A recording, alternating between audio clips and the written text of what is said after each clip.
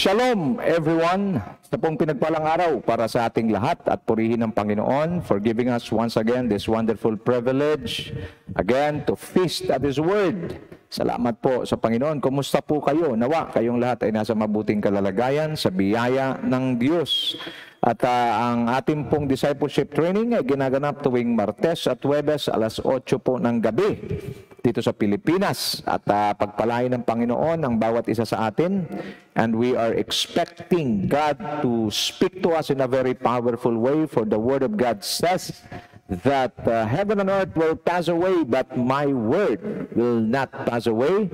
And man shall not live on bread alone, but by every word that proceeds out from the mouth of God. Matthew 4:4. And another powerful verse about the Word of God is found in Joshua 1:8 that says, "Do not let this book of the law depart from your mouth. Meditate on it day and night so that you will be able to do everything written in it, and your life will become prosperous and successful." Muli po, isa pong pinagpalang araw sa ating lahat mga kapatid, at aking pong binabati ang lahat ng mga masugid na sumusubaybay sa atin mula GMA, Luzon, Visayas at Mindanao. Purihin po ang Panginoon. Welcome po, lalong-lalo na po sa mga pastor na sumusubaybay po sa atin. Pagpalain po kayo ng Diyos, kasama po ang inyong pamilya, maging ang kongregasyon na ipinagkatiwala sa inyo ng Panginoon o sa iba po sa mga kongregasyon na ipinagkatiwala sa inyo ng Panginoon. More blessings, open heaven for all of us, so that as we continue to advance the kingdom of God on earth, the Lord will be exalted, the Lord will be blessed, and the Lord will be enthroned in our ministry. It's all about Jesus, mga kapatid. And of course, I would like to greet also our brethren abroad, diyan po sa Taiwan, sa Spain, ganun din sa US, sa New Zealand, sa Canada, ganun din diyan po sa US, specifically po diyan sa Washington at sa Arizona.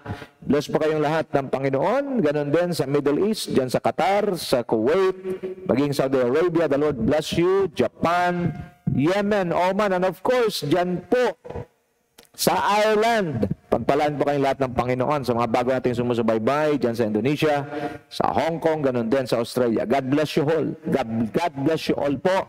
And may the Lord bless the works of your hands, and the favor of God will be upon you. And I declare the Abrahamic blessing to you, that you will be blessed, your name will be great, and you will be blessed. And people will be blessed through you, and those who bless you, God will bless. Those who curse you, God will curse. Be a blessing always, and continue to exalt the name of the Lord through our lives. Before we continue, I would like to invite you to join me in a word of prayer as we ask the wisdom, knowledge, and understanding from God, Holy Spirit. Join me, please. Father God, we thank you for this wonderful privilege you've given us once again to study your word.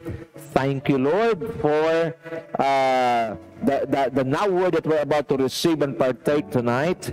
We also pray, Father God, for your wisdom, knowledge, and understanding. God, Holy Spirit, continue to speak to us in a very powerful way. And Father, I pray for your ministry, Father God, that we're going to minister tonight for those who are sick. Right now, we come against all sickness in the almighty name of Jesus.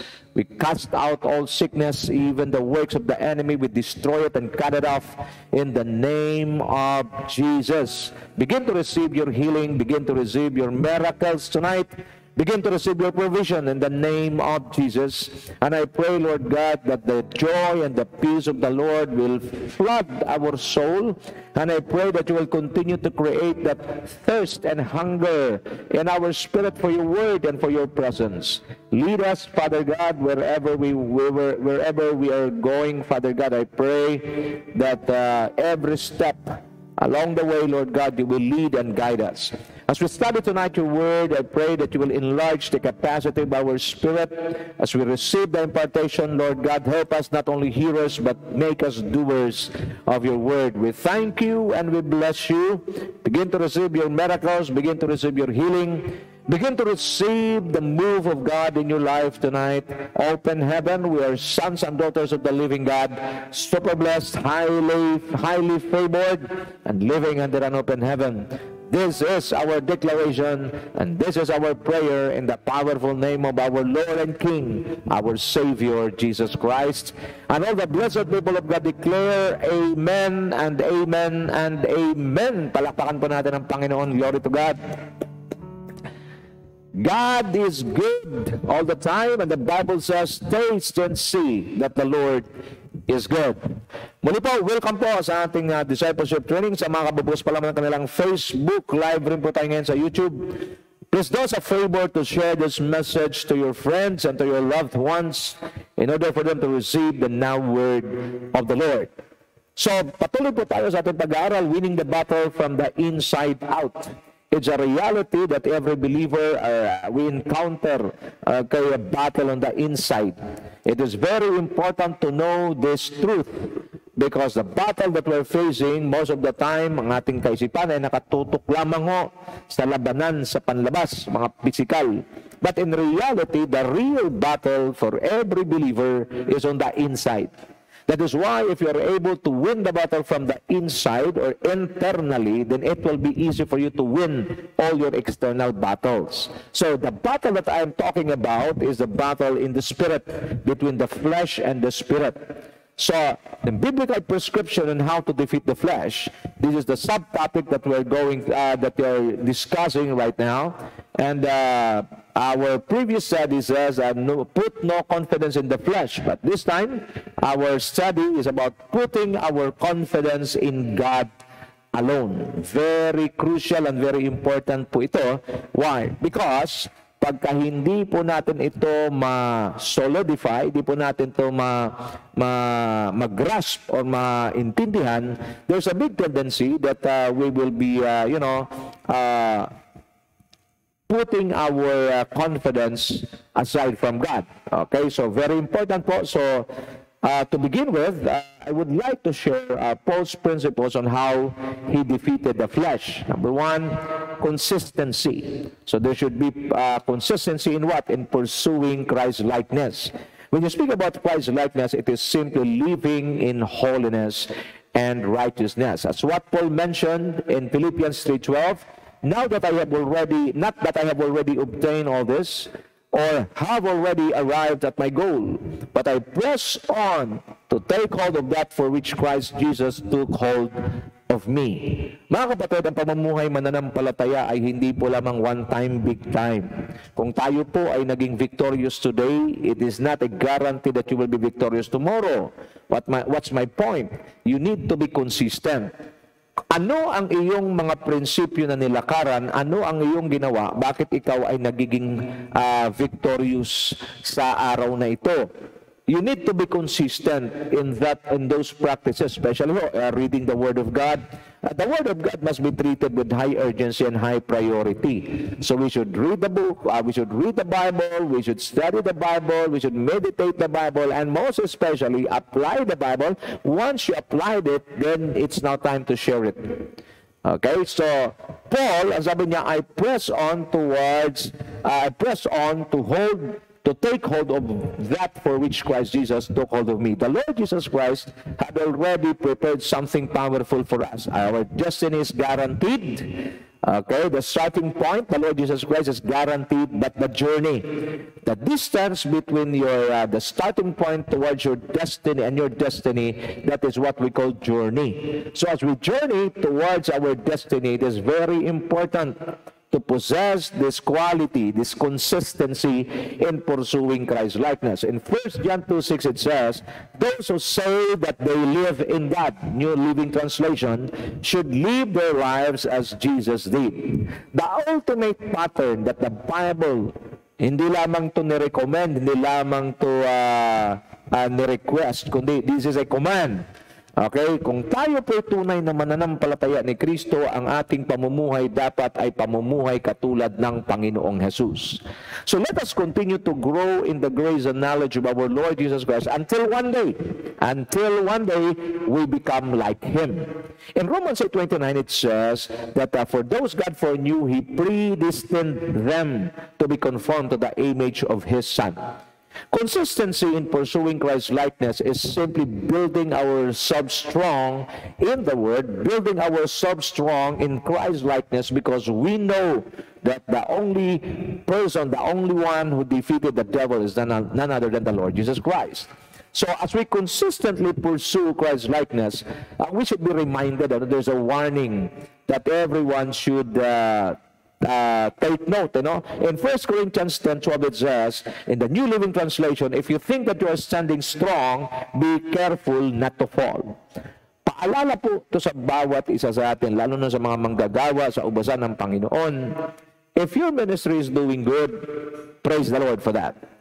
If you are a believer of Christ and you are doing great in your relationship with the Lord, you encounter the presence of God, you experience the goodness of God, good for you. But again, it is not a guarantee. Dwelling on our past victories is not a guarantee that we will be victorious on the coming days.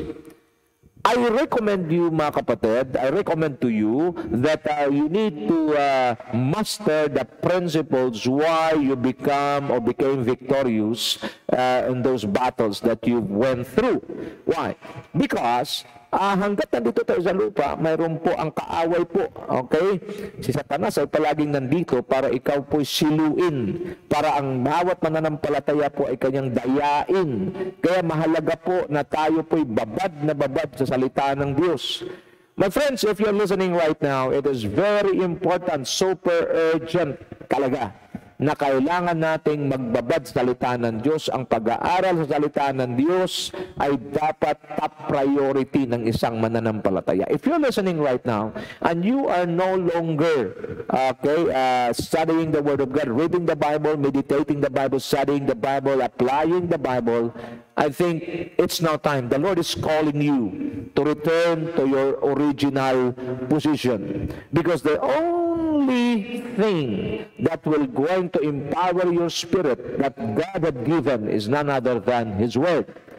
So take note that avoid assumptions. Be sober and vigilant at all times. Always build yourself strong in the faith with Christ and His Word. Letter B, how did Paul defeated the flesh? Focus. Focus on what? By fixing your heart, thoughts, and eyes on Christ alone. Philippians 3:12 says, brothers and sisters, I do not consider myself yet to have taken hold of it. But one thing I do, forgetting what is behind and straining towards what is ahead. We need to learn how to streamline our priorities. Sa dami-dami ho ng gawain bilang mananampalataya, sa mga masisipag po, ito po para sa mga matsatsagat, masisipag na mga lingkod ng Diyos, masisipag na mga anak ng Diyos na gumagawa at naglilingkod sa Panginoon, make sure that you learn how to streamline your priorities. Not all opportunities comes from God, because the devil can also create opportunities for you to be derailed, for you to deviate from the will of God or from what God wants you to do. That is why we need to conduct an inventory, of what we are doing. And then let us evaluate everything that we do, making sure that what we are doing is aligned and connected to what God wants us to do. And I call it destiny, and I call it assignment. Kung meron po tayong ginagawa, kahit gawain po ito ng Diyos, kung hindi po ito align, hindi po ito konektado sa atin pong divine assignment from God, I suggest, mga kapatid, that you have to set it aside and focus only on things. That is why Paul is very clear. That is why ginawa ko pong in bold letter po na nakapula. But one thing I do, sa atin pong panahon ngayon, especially po sa mga pastor ho, lalo pag medyo may edad na po tayo, kailangan po natin talagang mahanap yung one thing natin. Ano po yung kaisa-isang bagay na pinapagawa sa iyo ng Diyos? And that takes focus. Sabi po ni John Maxwell, losers spray, but winners focus. Mga kapatid, dapat tandaan natin ito. Okay, number 3, press on towards the goal. Keep on moving forward and do not allow anything to distract and hinder you. Philippians 3:14, I press on towards the goal to win the prize, for which God has called me heavenward in Christ Jesus. 1 Corinthians 15:58, it says, therefore, my dear brothers and sisters, stand firm. Let nothing move you. Always give yourselves fully to the work of the Lord, because you know that your labor in the Lord is not in vain. Mga kapatid ko kay Kristo, mga nakikinig ngayon, nais ko pong sabihin sa inyo, wala pong lugi at wala pong nasasayang na paglilingkod sa Diyos. Opo, napapagod tayo physically. Opo, ang ating panahon ay naigugol po natin sa paglilingkod. But always remember this, ang pinakamasarap at pinakatamang paggugulan ng ating time, talent, and treasures are none other than the works of God. Because only the works that you did for God or you do for God, ito lang po ang hindi mawawala ng kabuluhan. Anything that you do aside from the works of God will only boil down to nothing. Mga kapatid, this is the truth. So if you're serving the Lord and others not, well, it's none of your business. Ikaw na nakikinig ngayon at ikaw ay ginagamit ng Panginoon, do your very best always to glorify, to exalt, to magnify the name of the Lord until one day people will see your lives. Okay, you are shining like a light, giving light to them para makita po nila na ang paglilingkod sa Diyos, ang buhay na naglilingkod sa Diyos ay buhay na pinagpapala ng Diyos. Now, let's talk about our topic tonight, putting our confidence in God alone. So the truth that we should know, the flesh only offers temporary pleasures and things. So anything that the world or the flesh offers are all temporary. Pleasures, temporary. The things that the world or the flesh offers, temporary. In 1 John 2:15-17 it says, do not let the world or anything in the world, do not love the world or anything in the world. If anyone loves the world, love of the Father is not in them. For everything in the world, the lust of the flesh, the lust of the eyes, and the pride of life, comes not from the Father, but from the world. Take note, verse 17, the world and its desires pass away. Mga anak ng Diyos na nakikinig sa gabing ito, anything that the world offers, anything that your flesh, the flesh wants to do, its desires, anything will all pass away. Mawawalan ng kabuluhan, masisira, mawawasak, lilipas.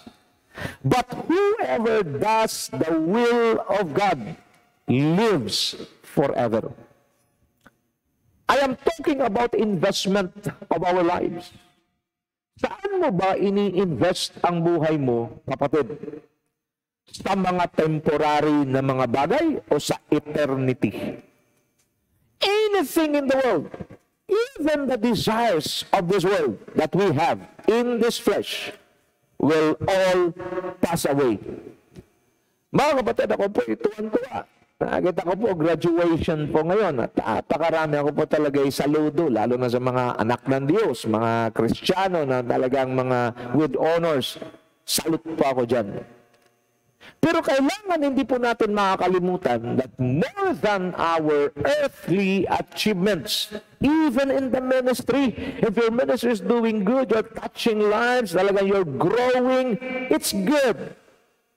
But more than that, we need to understand that we are here on earth and God allows us to exist on earth to do His will. I always remember the Lord Jesus Christ, when the people, when His disciples offered Him food, Jesus answered in a very powerful manner. In John 4:34, He said that my food is to do the will of Him who sent me and to finish His work. Pinakita po sa atin ng Panginoon, pag sinasabing food, ito po yung sustenance. Pag sinasabing food, ito po yung fuel mo. Ito po yung magpapabigay siya ng lakas para magawa mo, pinapagawa sa iyo. At pinakita ni Kristo, kung ang food ang nagpapalakas ng ating katawang lupa para magawa natin ang ating mga trabaho, ang kalooban naman ng Diyos ang nagpapatibay at nagpapalakas sa atin para magawa natin ang ating God-given assignment. The man who does the will of God lives forever. I'm asking each one of us tonight, including myself, saan ba tayo? Saan ba nauubos ang ating oras? Saan ba nauubos ang ating lakas? Saan ba nauubos ang ating resources?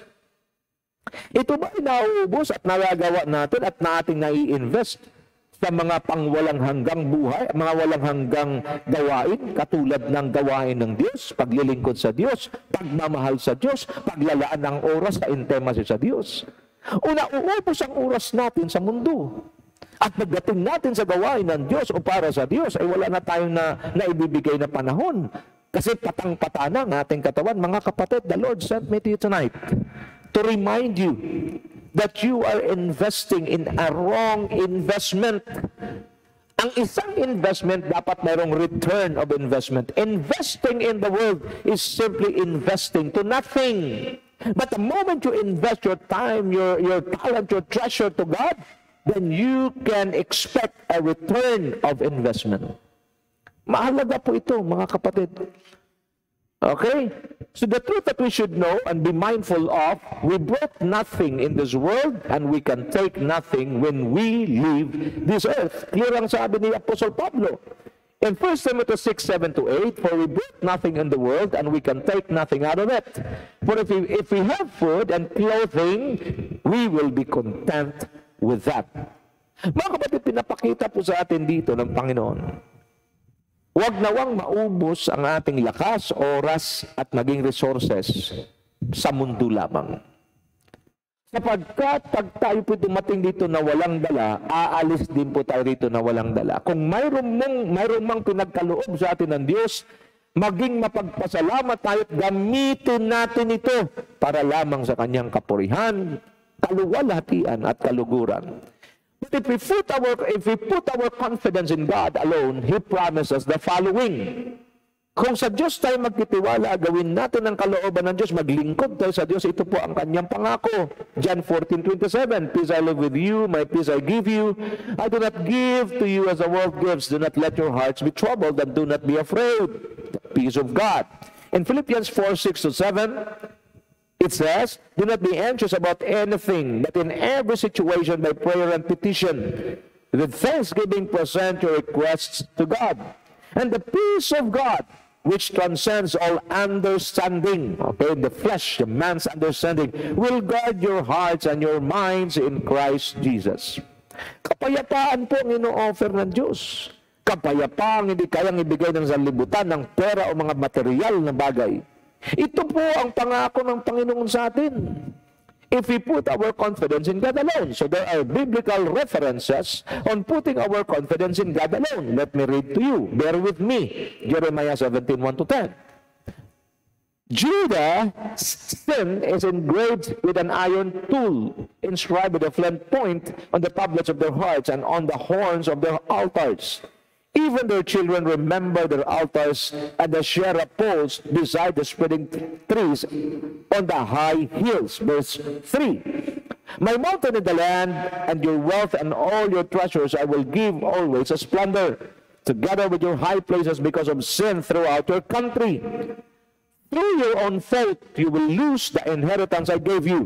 I will enslave you to your enemies in a land you do not know, for you have kindled my anger and will burn forever.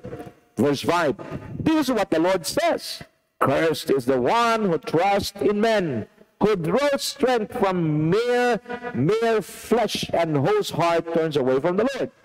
That person will be like a bush in the wasteland. They will not see prosperity when it comes. They will dwell in the parched places of the desert, in a salt land where no one lives. Verse 7, ito po talagang in bold letter. Okay, verse 7. But blessed is the one who trusts in the Lord, whose confidence is in Him. Who is the one blessed in the eyes of the Lord? Those who put their confidence in God alone. They will be like a tree planted by the water that sends out its roots by the stream. It does not fear when heat comes. Its leaves are always green. It has no worries in a year of drought and never fails to bear fruit. A fruitful life is a life that put his confidence in God alone. The heart is deceitful above all things and beyond cure. Who can understand it? Verse 10, I, the Lord, search the heart and examine the mind to reward each person according to their conduct, according to what their deeds deserve. Why we need to put our confidence in God alone? Okay, number one, because He is the source of all things. In Romans 11:36, for from Him and through Him and for Him are all things. To Him be the glory forever. Amen. Bakit sa Diyos lang tayo maglagay ng ating buong tiwala? Kasi ang Diyos ang pinagmulan ng lahat ng bagay. Number two, why we need to put our confidence in God alone? Number two, because He is the owner of all things. In Psalm 24 verse 1, the earth is the Lord's and everything in it, the world and all who live in it. Number three, why we need to put our confidence in God alone? Because He can do all things. Jeremiah 32 verse 27, in the New International Version it says, I am the Lord, the God of all mankind. Is anything too hard for me? Sa Tagalog po, Jeremias 32:27, sa Magandang Balita, Biblia ang sabi, ako si Yahweh, ang Diyos ng lahat ng tao. Walang bagay na mahirap para sa akin. This is the reason why atin pong binibigyan ng din ito to put our confidence in God alone. Because, whether we like it or not, mayroon pong mga bagay na talagang kailangan natin pong ibigay lamang ang ating puro at buong-buong tiwala sa Diyos lamang kasi tanging Diyos lang ang makakagawa katulad nito. Ang tao po palagi pong mayroong limitasyon. Ang tao palaging mayroon pong haka-haka at mayroon po siyang mga hindi kayang magawa. Pero pagdating po sa Diyos, ang sabi ng Diyos, ako si Yahweh, ang Diyos ng lahat ng tao. Gaano man ka-anointed, gaano man katinding leader yan taong yan ay kapos. Mayroon siyang nakakahigit sa kanya at ang sabi niya, ako si Yahweh, ang Diyos ng lahat ng tao, at kanyang binigyan ng diin, walang bagay na mahirap para sa akin. Tanong ko sa iyo, kanino ka magtitiwala? Ang tao po may mga pangako, ang tao mayroon ding plano. Maganda po yan. Pero higit nating pagkatiwalaan ang Diyos na makapangyarihan sapagkat kaya niyang gawin ang lahat ng bagay. Number 4, why we need to put our confidence in God? Because all things are possible with Him. I love this. All things are possible with Him. Matthew 19:26. Jesus looked at them and said, with man, with the flesh, this is impossible. But with God, all things are possible. I raised my case, mga kapatid. Why we need to put our confidence in God alone? Because there's a big tendency, mga kapatid, if a person is helping us, if a person is being used by God in our lives, may tendency na mag-shift ang ating pagtitiwala at ito nangyari sa Judah. You know, Judah, compared to Israel, mas mainam-inam ang Judah nananampalataya sa Panginoon, pero na-divert pa rin sila, nag-shift sila ng kanilang tiwala, napunta kay Asherah, napunta kay Baal, and that's the reason why kumbaga naggatungan nila yung galit ng Diyos. At ang Panginoon, dahil sa kanilang paglagay ng kanilang tiwala sa mortal na mga tao, anong ginawa? Sabi natin, cursed is the man who put his trust on men or mere men. Okay? Para siyang puno na natutuyo at siya ay naroon sa disyerto. But blessed is the man whose confidence is in God. Hallelujah. He's just like a tree planted in streams of water. Its root ay nakaabot sa streams at ang sabi, and he bear fruit in season. Oh, mga kapatid. Wala siyang takot kahit natagtuyo. Basta ang kumpiyansa mo na sa Diyos, ang tiwala mo na sa Diyos, Diyos ang kasanggam mo sa ministeryo, sa buhay, sa trabaho, sa pamilya, name it. Basta kasama mo ang Diyos, ang kumpiyansa mo na sa Diyos. I'm telling you, ano man ang mangyari sa mundo, sa sanlibutan, hindi ka takot. Ang sabi dito, he's not afraid of drought.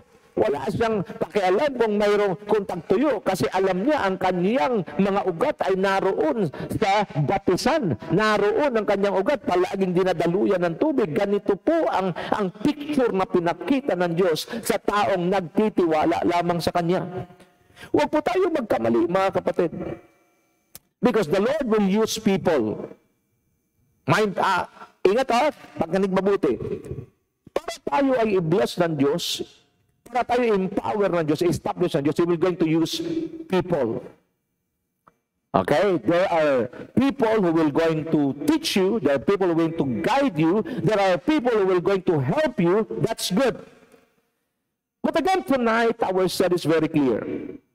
The Lord Himself declared, blessed is the man whose confidence is in God. And cursed is the man who put his confidence in man. Mga kapatid, linawin natin ito, ha? Sino man ang taong ginagamit ng Diyos para ikaw ay i-bless? Sino man ang taong ginagamit ng Diyos para ikaw ay mag-grow? Sino man ginagamit ng Diyos para ikaw ay i-train? Sino man ginamit ng Diyos na tao para ikaw ay maging successful? Praise God for the life of that person. But to give clarity to our study, we need to understand that that person is just an instrument by God or of God for your life. All the glory, honor, and the majesty should go back, should return to the source, not to the resource. Nagkakaintindihan tayo. The person that God is being used to you is just a resource or resources, but the source of that person is God alone. That is why if you keep on praising God, if you keep on putting your confidence in God, you will be able to value, honor that person, the resource that God had given you. Why? Because you are now, you grasp the understanding that this person was God-sent person for me, to help me, to build me. Then you will be able to respect, you will be able to love that person, you will be able to support that person. But first things first, you need to understand that he is a God-given instrument to help you. So all the glory and honor should not go to the person, but it should be returned to God and God alone. Pag ganito ang ating understanding, malalayo po tayo doon sa pag-shift katulad na nangyari sa Judah. Na sa halip na sa Diyos lang sila nung una, binilas sila ng Diyos, sila ay na-influence ng ibang mga compromiser na mga Israelita. Hanggang sa sila po ay nag-divert. Sa halip na sa Diyos lamang sila magbigay ng kumpiyansa, napunta kay Asherah, napunta sa mga mere mortal people. So ano nangyayari? That is why the Lord declared boldly, "Cursed is the man." Okay, na sinabi ng Panginoon, "Cursed is the man who trusts in men." Cursed is the one who trusts in man, who draws strength from mere flesh, and whose heart turns away from the Lord. Dangerous po ito, mga kapatid. That person will be like a bush in the wasteland. They will not see prosperity. When it comes, they will dwell in the parched places of the desert, in a salt land where no one lives. Maaari po ngayong gabi, mag-check po tayo. If your life is no longer fruitful, it is no longer, you no longer bear fruit, and you're beginning to feel na di-drain ka spiritually, go back doon sa iyong relationship sa Diyos. How's your relationship with God? How's your connection with God? How's your confidence with God? Because in these last days, one of the purpose of the devil is to shift, to divert your confidence. Instead of putting it 100% to God, there's a big tendency that you will going to shift from God to a person, to an organization, or to a group. You have to be careful of that. But everyone, pag lahat tayong ating kumpiyansa ay sa Diyos, ano po ang danger dito? Because if we shift our confidence on a person, okay, listen carefully. Ang tao po ay hindi perpekto, nagkakamali. Ngayon, pagka hindi natin ito naunawaan, na sa Diyos po natin ilagak ang ating 100% na kumpiyansa, there's a big tendency na pag yung tao na pinaglagyan mo ng iyong kumpiyansa ay nagkamali or mayroon kang nakitang hindi mo nag-ibigan, anong mangyayari? Then you will become frustrated.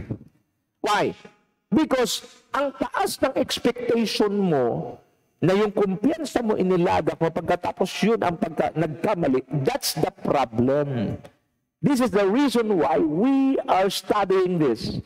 Because the moment you put your confidence in God alone, even if the person being used to you by God, an instrument by God to build you, to help you, for you to become to lead you to your destiny, listen carefully, kahit nagkamali, kaya mong ma-absorb, kaya mong maintindihan. Bakit? Kasi ang kumpiyansa mo nasa Diyos.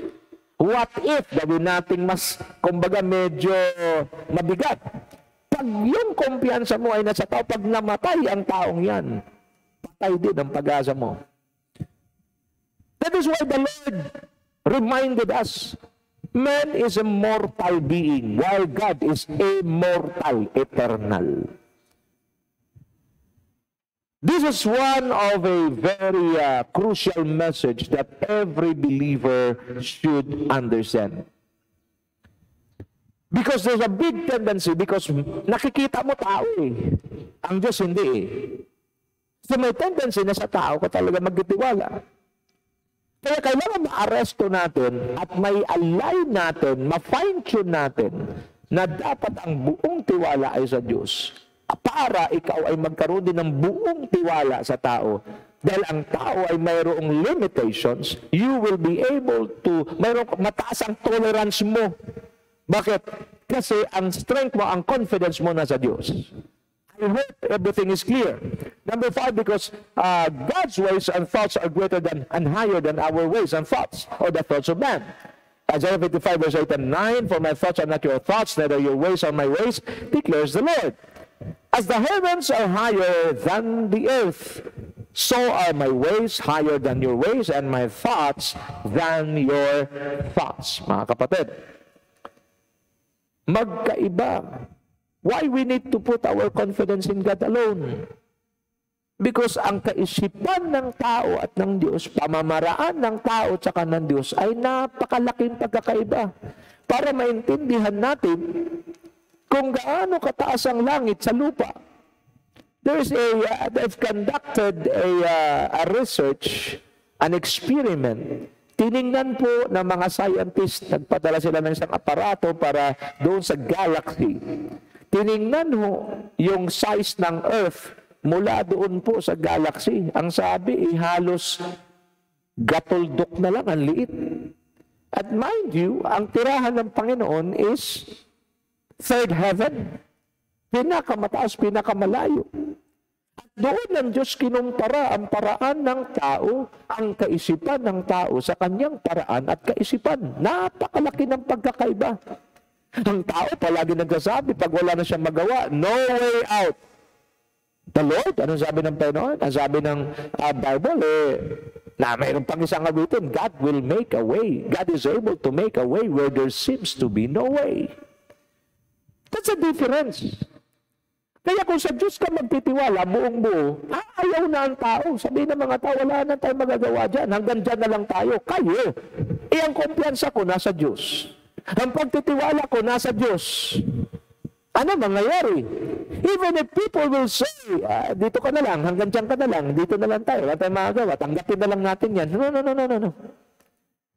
My confidence is in God. At ang sabi ng Romans 10:11, those who put their confidence in God will never be put to shame. Nagkakaibigan tayo. Hindi napapahiya ang sino man nagtitiwala sa Diyos. Sa tao ka magtiwala, madalas ka mapahiya.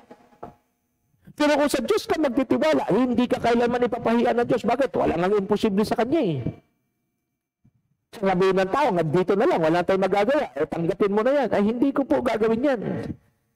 Hindi ako hanggang dito at hindi ko tatanggapin yan. Yan ang iyong konsepto at yan ang iyong pananaw. Pero ang pananaw ng Diyos ko, napatunayan ko sa inyo, nakita ng mga Israelita ang Red Sea. At ang sabi nila, mamamatay na tayo. Sa mata ng Israelita, yan ay dagat. Pero sa mata ng Diyos, highway. That's the difference. Hindi nila nakikita yung nakikita ng Diyos. That is why nakita ng Panginoon tuyong lupa na doon maglalakad ang mga Israelita. Ang nakikita ng Israelita, napakalalim na dagat na pag sila'y lumusong, mamamatay sila lahat. See the difference? Sa mata nila, dagat. Sa mata ng Diyos, highway. Are you getting the point now? I challenge you, my friends, mga kapatid, look at your situation today through the eyes of God. With the eyes of men, limitations are there. Through the eyes of men, we declare no way out. But through the eyes of God, it's different. Through the eyes of God, even if there seems to be no way, God is able to make a way in the wilderness. And God is able to make rivers in the desert. This is our God. Maaari ba natin yung palakpakan? He deserves. He deserves it. That is why we need to learn how to put our confidence in God alone. Now question, why should we put our confidence in God? Or why should we not put our confidence in the flesh? Maganda ito. Why should we not put our confidence in the flesh? Number one, because the flesh, or man, is unstable in all his ways.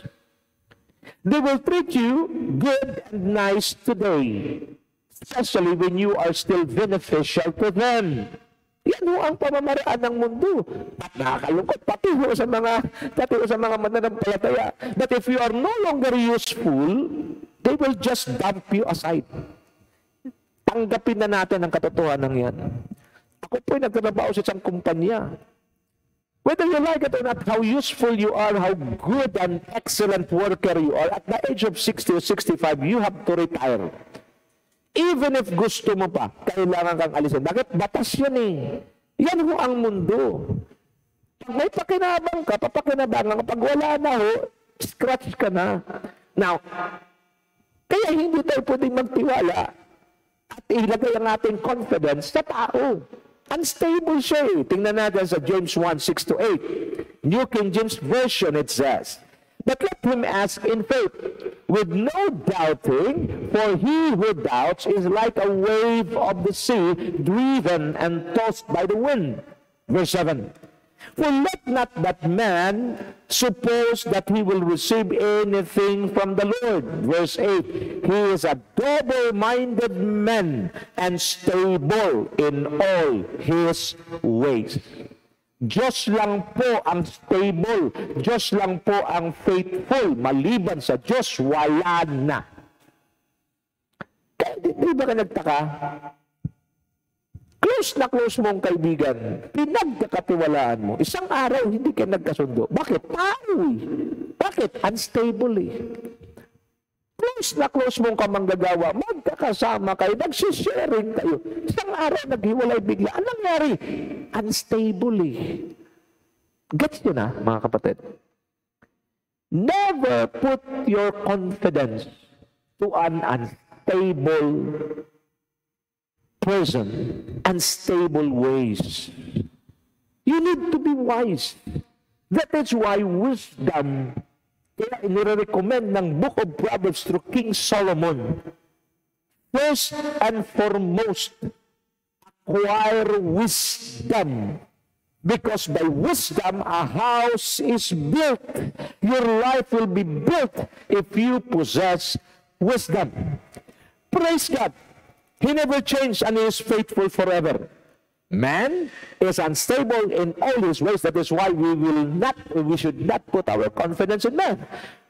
We only put our confidence on God alone. Why? Because God is faithful. Psalms 136 verse 1.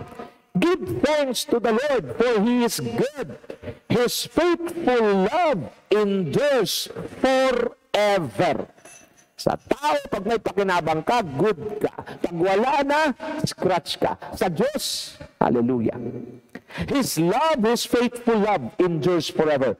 May pakinabang ka o wala, naglingkod ka sa Kanya, hindi, constant ang pag-ibig ng Diyos. Kaya sa Diyos ka lang maglagay ng confidence mo. Mabait ka o hindi, tama ka o mali, nagkasala ka o hindi, ang pag-ibig ng Diyos constant. It endures forever. O hindi ko kayo binibigyan ng license para mag-abuso. Sinasabi ko lang, His faithful love endures forever. Huwag mong abusuin, bagkus maging grateful ka na pag nagkasala ka, bumalik ka, patatawarin ka niya, at huwag mo nang gawin muli. Bakit? Kasi mahirap saktan ang tunay na nagmamahal. At siya'y walang iba, kundi ang Diyos. Another verse that will give us clarity that we should only put our confidence on God alone. 2 Timothy 2:13, it says, "If we are faithless, He remains faithful." Why? For He cannot disown Himself. It is God's nature to be faithful. Even if we who claim to be His believers becomes faithless, God will remain faithful. He deserves a clap offering. Amen? Palakpakan natin si Lord. Proud na proud ako sa Diyos na pinaglilingkuran natin. Tama ba pinag-aaralan mo ito, kapatid? Nakakahiya eh. Hindi ko mapigilan yung pagpapasalamat. Hindi ko naman talaga deserve eh. Alam ko kayo rin, di natin deserve to eh. Na napiliin ng Diyos. Sabi niya sa John 15:16, "You did not choose me, but I chose you to bear fruit." One of the major purpose why God chosen us is to bear fruit. Anong klaseng fruit? Fruit that will last. fruit that will give light, fruit that will give the world light. We are the light of this world. Now, I want you to understand, paano natin ito ma-manifest yung light na yun? Paano natin ma-manifest yung fruit na yun? By putting our confidence in God alone. Faithful si Lord. Kaya nga po, pag naintindihan natin ito, mahihiya kang gumawa ng kasalanan eh. Mahihiya kang mag-violate, mahihiya ka na hindi maging faithful sa Diyos. Bakit? Faithful siya eh. Kahit faithless ka na, faithful pa rin siya sa iyo. Baka ba napupuna? Kahit nakagawa ka lang ng kasalanan, pinapatawad ka pa rin. Before, Sabbath day nga lang eh. Ikaw ay hindi sumunod before in the day, those days, mga panahon nila Moses, dumampot ka lang ng panggatong, babatuhin ka hanggang kamatayan eh. Ganon katindi.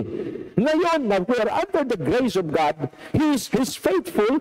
Why? Even if we become faithless, He will remain faithful. Why? Because He cannot disown Himself. This is who God is.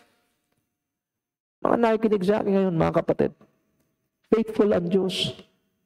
At hindi ka kailanman ilaglag ng Diyos. Hindi ka kailanman talikuran ng Diyos. Hindi ka kailanman babayaan ng Diyos. Ilagay mo, ilagak mong kumpiyansa mo sa Diyos, huwag sa tao. Clear yan. Biblical yan. Number 2, the flesh or man is limited, while God is limitless. This is the reason why we should not put our confidence in man or in the flesh. Why? Because man is limited. I'll show you scriptures. John chapter 6, verse 5 to 7. In the New Living Translation, it says, Jesus soon saw a huge crowd of people coming to look for him. Turning to Philip, he asked, where can we buy bread to feed all these people? Verse 6. Binold letter ko yan para makita nyo, no? He was testing Philip, for he already knew what he was going to do. In verse 7, Philip replied, even if we worked for months, we would not have enough money to feed them. Ang tao, kita nyo, limitado eh. Ang tanong ng Diyos, saan tayo makabili ng pagkain para sa kanila? Anong sagot ni Felipe? Kahit magtrabaho tayo ng ilang buwan, Panginoon hindi magkasya para pakainin yung dami ng tao na yan. Nakita nyo na? Ang tanong saan? Anong sagot? Reklamo. Pag tinanong ka ng saan, turo mo lang, doon, dito, dyan. Ganun lang eh. Ito reklamo, bakit? Kasi pinapakita sa atin ng Diyos kung gaano kalimitado ang isipan ng tao. And then doon mo ilagay ang tiwala mo. Ito, yung tao na yan, sa oras sa kagipitan mo, natutulungan ka. Sa oras sa pangailangan mo, may napapahiram sa iyo. Dalhin natin sa ministeryo, sa oras na mayroong kang pangailangan spiritual, nabibuild ka, nabibless ka. Pero always remember, man is limited, while God is limitless. He was testing Philip, for he already knew what he was going to do. Ano ba ang pinagdadaanan mo? Alam na ng Diyos kung anong gagawin dyan para makatakas at mapagtagumpayan. Alam na ng Diyos. Tanong ko na lang, saan ang kumpiyansa mo nakalagak? Sa Diyos o sa tao? Minsan pag nanghina tayo spiritually, hanap kayo tayo agad ng tao, sino magpapagpalakas sa akin? Tama po yan sa unang banda, pero pag titingnan mo sa malalim na spiritual na spectrum, sa malalim na spiritual na pananaw, Diyos ang kailangan mo. Pag lumapit ka sa Diyos, ang tao din mo nagsabi, lumapit ka sa akin, bibigyan kita ng kapahingan. Hindi, Diyos ang may sabi, Matthew 11:28-30. Come to me, those who are labored and heavily laden, and I will give you rest. Diyos. Confidence must be put in God alone. And the quotation that God had given me, what an assurance we have in God.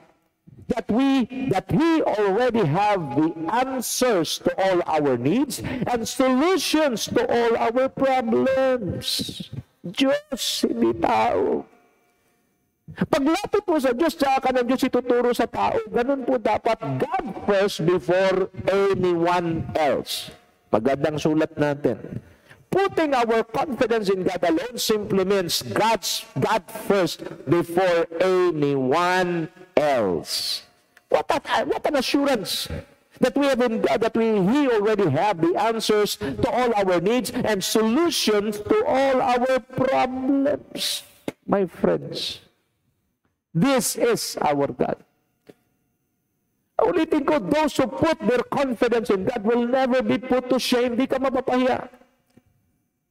Sabihin man ng lahat ng tao na kapalibot sa iyo, wala nang pag-asa yan, hanggang dyan na lang. Para yung batang namatay, di ba? Yung dalagitang namatay, kasama anak ni Jairus, kasama nila Lord. Anong sabi na papunta pa lang sila ni Lord? Sa bahay ni Jairus, sinalubong na siya. At anong sabi? Huwag niyo nang abalahin ng guro, patay na anak niyo. Anong sagot ni Kristo? In their eyes, the girl was already dead. In the eyes of Jesus, the girl was only sleeping. See, look at this. In their eyes, the girl was dead. But in the eyes of Jesus, the girl is only sleeping. Why? Because He already knew what to do. The moment He touched the dead girl, she will come to life. Why? Because Jesus is the way, the truth, and the life. Ang mga tao nagsabi na kay Jairus, huwag mo nang abalahin, patay na. Ang sabi ni Kristo, hindi siya patay, tulog lang. Kaya pagpasok doon, pinalabas siya lahat ng tao kasi pinagtatawanan siya eh. Ganun minsan eh. Pag ikaw ay naglagay ng kumpiyansa mo sa Diyos, pagkatawanan ka, mag-usap-usapan ka ng mga tao, huwag mo nang pansinin. Basta sa Diyos, okay ka. Pinapasok ni Kristo si Peter, James, and John together with the parents. Patay talaga ang bata. Pag titingnan mo, patay na talaga. Pero si Lord Jesus to it. Ito yung Diyos na ating binibigyan ng kumpiyansa natin eh. Ito yung Diyos na pinagkatiwalaan natin. Hinawakan niya ang batang babae, talitakon. Ang ibig sabihin, ining, bumangon ka. Bumangon ang bata. Yung patay na buhay, at ang sabi niya, pakainin niyo. Gutom yan. What's my point? What an assurance we have in God that He already have the answers to all our needs and solutions to all our problems. Maybe some of you listening right now, you are encountering problems, you have needs. I want you to know, just put your confidence in God alone. Because He already have, He already possess, He already carries the answers to your needs and the solutions to your problems.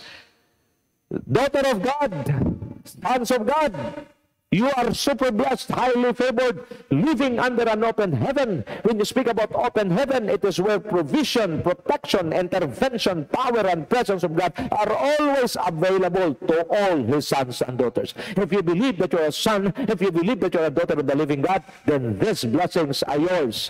Claim it, receive it, enjoy, and receive your portion. This is the word of the Lord for all of us tonight. God bless you together with your family. Wherever you go, the Lord be with you. Whatever you do, the Lord will bless all the works of your hands. And I pray to all ministers of the gospel, ministers of the living God, the Lord will bless you together with your family. The Lord will provide all your needs, and most especially, the Lord will continue to increase our wisdom, knowledge, and understanding, so that as we pursue and advance the kingdom of God on earth, the name of the Lord will be praised and the name of the Lord will be exalted. This is our prayer in Jesus' most powerful name. Amen and amen and amen. Have a good and godly day. Shalom.